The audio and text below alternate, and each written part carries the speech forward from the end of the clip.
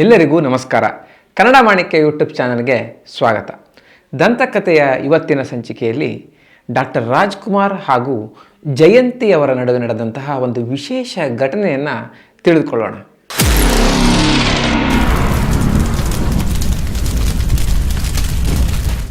ಜಯಂತಿಯವರು doctor Rajkumar ಅವರ ಜೊತೆ ಸುಮಾರು 35ಕ್ಕಿಂತ ಹೆಚ್ಚಿನ ಸಿನಿಮಾಗಳಲ್ಲಿ ನಟನೆ ಮಾಡಿದ್ದಾರೆ. ಜಯಂತಿಯವರು ಡಾಕ್ಟರ್ ರಾಜ್ಕುಮಾರ್ ಅವರ ಜೊತೆ ನಟಿಸಿದಂತಹ ಮೊದಲ ಸಿನಿಮಾ ಚಂದವಳ್ಳಿಯ ತೋಟ. ಈ ಸಿನಿಮಾ ಮಾಡಬೇಕಿದ್ರೆ ಜಯಂತಿಯವರು ಸಿನಿಮಾ ರಂಗಕ್ಕೆ ಬಂದಂತಹ ಒಂದು ಹೊಸ ನಟಿ. ಅವರು ಇದಕ್ಕೂ ಮೊದಲು ಡಾಕ್ಟರ್ ರಾಜ್ಕುಮಾರ್ ಅವರ ಒಂದು ಸಿನಿಮಾಗಳನ್ನು ನೋಡಿರೋದಿಲ್ಲ. ಆದ್ದರಿಂದ ಅವರು ಯಾವ ರೀತಿ ಒಂದು ಬಿಹೇವ್ ಮಾಡ್ತಾರೆ, ಯಾವ ರೀತಿ ಅವರ ನಟನಾ ಕೌಶಲ್ಯ ಇದೆ, ಇವೇನು ಜಯಂತಿಯವರಿಗೆ ತಿಳಿದಿರಲ್ಲ. ಹೀಗೆ ಜಯಂತಿಯವರು ಹೊಸ ನಟಿಯಾಗಿದ್ದರೂ ಕೂಡ ಡಾಕ್ಟರ್ ರಾಜ್ಕುಮಾರ್ ಅವರು ಅವ್ರನ್ನ ತುಂಬ ಗೌರವದಿಂದ ನೋಡ್ಕೊಳ್ತಾರೆ. ಯಾವುದೇ ರೀತಿಯ ಒಂದು ಉಡಾಫೆಯನ್ನು ಮಾಡೋದಾಗಲಿ ಅಥವಾ ಒಂದು ಉದಾಸೀನತೆಯನ್ನು ತೋರಿಸೋದಾಗಲಿ ಈ ರೀತಿ ಮಾಡದೆ ಡಾಕ್ಟರ್ ರಾಜ್ಕುಮಾರ್ ಅವರು ತುಂಬ ಗೌರವದಿಂದ ಜಯಂತಿ ಅವರನ್ನು ಈ ಸಿನಿಮಾದಲ್ಲಿ ನೋಡ್ಕೋತಾರೆ. ಡಾಕ್ಟರ್ ರಾಜ್ಕುಮಾರ್ ಅವರು ಈ ಸಿನಿಮಾ ಸೆಟ್ಟಲ್ಲಿ ಜಯಂತಿ ಅವರಿಗೆ ಉದ್ದುದ್ದ ಸಂಭಾಷಣೆಗಳನ್ನು ಹೇಗೆ ಹೇಳಬೇಕು ಮತ್ತು ನಟನೆಯನ್ನು ಹೇಗೆ ಚೆನ್ನಾಗಿ ಮಾಡಬೇಕು ಇದ್ರ ಮೇಲೆಲ್ಲ ಟಿಪ್ಸ್ ಕೊಡ್ತಾ ಇರ್ತಾರೆ. ಜಯಂತಿಯವರು ತಪ್ಪಿದಾಗ ತಿದ್ದೋದಿರಲಿ ಅಥವಾ ತುಂಬ ಚೆನ್ನಾಗಿ ಮಾಡಿದಾಗ ಶಬಾಸ್ ಹೇಳಿ ಅವ್ರನ್ನ ಹೊಗಳೋದಿರಲಿ, ಹೀಗೆ ಅವ್ರನ್ನ ತಮ್ಮ ಶಿಷ್ಯ ಥರ ಡಾಕ್ಟರ್ ರಾಜ್ಕುಮಾರ್ ಅವರು ನೋಡ್ಕೋತಾರೆ. ಹೀಗಾಗಿ ಜಯಂತಿಯವರಿಗೂ ಕೂಡ ತಮ್ಮ ಮೊದಲ ಸಿನಿಮಾದಿಂದನೇ ಡಾಕ್ಟರ್ ರಾಜ್ಕುಮಾರ್ ಅವರ ಮೇಲೆ ಒಂದು ವಿಶೇಷ ಗೌರವ ಅಭಿಮಾನ ಬೆಳೆಯುತ್ತೆ. ಇನ್ನು ಪಾರ್ವತಮ್ಮ ರಾಜ್ಕುಮಾರ್ ಅವರು ಕೂಡ ಸಿನಿಮಾ ಸೆಟ್ಟಿಗೆ ಬಂದರು ಅಂದರೆ ಜಯಂತಿಯವರಿಗೆ ತಮ್ಮ ಫ್ಯಾಮಿಲಿ ಬಂದಾಗೆ ಅನುಭವ ಆಗ್ತಿತ್ತಂತೆ. ಬಹಳಷ್ಟು ಬಾರಿ ಪಾರ್ವತಮ್ಮ ರಾಜ್ಕುಮಾರ್ ಅವರು ಜಯಂತಿ ಅವರಿಗೆ ಊಟ ತಂದುಕೊಡೋದನ್ನೆಲ್ಲ ಮಾಡ್ತಿದ್ರಂತೆ. ಈ ರೀತಿ ಒಂದು ಆರಂಭದಿಂದಾನೇ ಜಯಂತಿಯವರು ಈ ರಾಜ್ಕುಮಾರ್ ದಂಪತಿಯವರ ಜೊತೆ ಒಂದು ಒಳ್ಳೆಯ ಸ್ನೇಹ ಸಂಬಂಧವನ್ನು ಇಟ್ಕೊಂಡಿದ್ರು. ಜಯಂತಿಯವರು ಯಾವಾಗಲೂ ಡಾಕ್ಟರ್ ರಾಜ್ಕುಮಾರ್ ಅವರಿಗೆ ರಾಜ್ ಅಂತಾನೆ ಕರಿತಿದ್ರಂತೆ. ರಾಜ್ ಅಂತ ಹೇಳಿ ಏಕವಚನದಲ್ಲಿ ಹೋಗೋ ಬಾರ ಅಂತ ಮಾತಾಡೋದಲ್ಲ, ತುಂಬ ಗೌರವದಿಂದಲೇ ಅವ್ರನ್ನ ನೋಡ್ತಿದ್ರು. ಆದರೆ ರಾಜಣ್ಣ, ಅಣ್ಣ ಅವರು ಈ ರೀತಿ ಮಾತಾಡ್ತಿರ್ಲಿಲ್ವಂತೆ, ರಾಜ್ ಅಂತ ಕರಿತಿದ್ರಂತೆ. ಚಕ್ರತೀರ್ಥ ಅನ್ನೋ ಒಂದು ಸಿನಿಮಾ ಶೂಟಿಂಗ್ ಸಮಯದಲ್ಲಿ ನಡೆದ ಘಟನೆ ಇದು. ಇದರಲ್ಲಿ ಒಂದು ಸೀನ್ ಇರುತ್ತೆ. ಅದರಲ್ಲಿ ಡಾಕ್ಟರ್ ರಾಜ್ಕುಮಾರ್ ಅವರು ಕಮಲಾ ಕಮಲಾ ಅಂತ ಕೂಗ್ತಾ ಒಂದು ನರಳಾಡೋ ಒಂದು ಸೀನ್ ಇರುತ್ತೆ.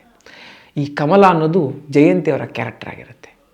ಡಾಕ್ಟರ್ ರಾಜ್ಕುಮಾರ್ ಅವರು ಈ ರೀತಿ ಒಂದು ಕಮಲಾ ಕಮಲಾ ಅಂತ ಕೂಗಿದಾಗ ಜಯಂತ್ ಅವರಿಗೆ ಅದನ್ನು ಕೇಳಿ ಕಣ್ಣಲ್ಲಿ ನಿಜವಾಗೂ ನೀರು ಬಂದುಬಿಡುತ್ತೆ. ಅಷ್ಟು ಒಂದು ಮಗ್ನರಾಗಿ ಅಲ್ಲಿ ಸುತ್ತಮುತ್ತಲಿನವರನ್ನು ಈ ರೀತಿ ಒಂದು ಕ್ಯಾರೆಕ್ಟರ್ನೊಳಗೆ ಕರ್ಕೊಂಡು ಹೋಗುವಂತಹ ಒಂದು ಶಕ್ತಿ ಡಾಕ್ಟರ್ ರಾಜ್ಕುಮಾರ್ ಅವರಿಗಿತ್ತು. ಇನ್ನು ಡಾಕ್ಟರ್ ರಾಜ್ಕುಮಾರ್ ಅವರು ಕೇವಲ ಕ್ಯಾಮ್ರಾ ಮುಂದಷ್ಟೇ ಆ ಒಂದು ಪಾತ್ರದೊಳಗೆ ಹೋಗ್ತಿರಲಿಲ್ಲ.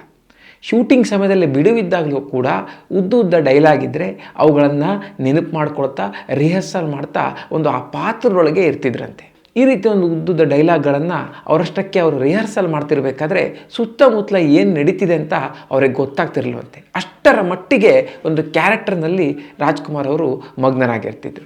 ಒಮ್ಮೆ ಶೂಟಿಂಗ್ ಸಮಯದಲ್ಲಿ ಡಾಕ್ಟರ್ ರಾಜ್ಕುಮಾರ್ ಅವರು ಈ ರೀತಿ ಉದ್ದ ಡೈಲಾಗ್ಗಳನ್ನು ಹೇಳ್ತಾ ರಿಹರ್ಸಲ್ ಮಾಡ್ತಾ ಇದ್ರಂತೆ.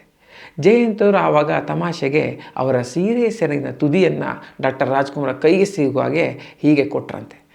ಅವರು ಅರಿವಿಲ್ದೇ ಆ ಸೀರೆ ಹೀಗೆ ಹಿಡ್ಕೊಳ್ತಾ ಅವರಷ್ಟಕ್ಕೆ ಅವರು ಡೈಲಾಗ್ ಹೇಳ್ತಾ ಇದ್ರು ಅಂತಾಯಿತು.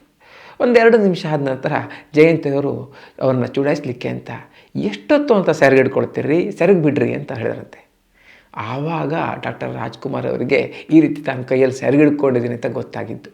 ತುಂಬ ಅಮಾಯಕರಾಗಿ ಓ ಹೌದಾ ಗೊತ್ತೇ ಆಗಿಲ್ವಲ್ಲ ಅಂತ ಹೇಳಿದ್ರಂತೆ.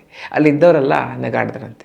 ಈ ರೀತಿ ಸುತ್ತಮುತ್ತಲು ಏನಾಗ್ತಿದೆ ಅನ್ನೋ ಗೊತ್ತಾಗದರಷ್ಟು ಮಟ್ಟಿಗೆ ಡಾಕ್ಟರ್ ರಾಜ್ಕುಮಾರ್ ಅವರು ಆ ಕ್ಯಾರೆಕ್ಟರ್ನಲ್ಲಿ ಮುಳುಗೋಗಿದ್ದರು.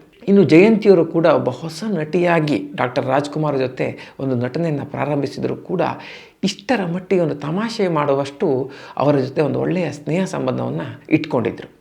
ಸ್ನೇಹಿತರೆ, ಈ ವಿಡಿಯೋ ನಿಮಗೆ ಇಷ್ಟ ಆಗಿದ್ದರೆ ತಪ್ಪದೇ ಶೇರ್ ಮಾಡಿ. ಈ ರೀತಿಯ ಇನ್ನಷ್ಟು ವಿಶಿಷ್ಟ ಕುತೂಹಲಭರಿತ ವಿಷಯಗಳು ದಂತಕಥೆಯ ಮುಂದಿನ ಸಂಚಿಕೆಗಳಲ್ಲಿ ಬರಲಿಕ್ಕಿವೆ. ಅವುಗಳನ್ನು ಮಿಸ್ ಮಾಡ್ಕೋಬಾರ್ದು ಅಂತಿದ್ದರೆ ನಮ್ಮ ಕನ್ನಡ ಮಾಣಿಕ್ಯ ಚಾನಲ್ಗೆ ತಪ್ಪದೇ ಸಬ್ಸ್ಕ್ರೈಬ್ ಮಾಡಿ. ದಂತಕಥೆಯ ಮುಂದಿನ ಸಂಚಿಕೆಯಲ್ಲಿ ಮತ್ತೊಮ್ಮೆ ಸಿಗೋಣ. ಅಲ್ಲಿವರೆಗೂ ನಮಸ್ಕಾರ.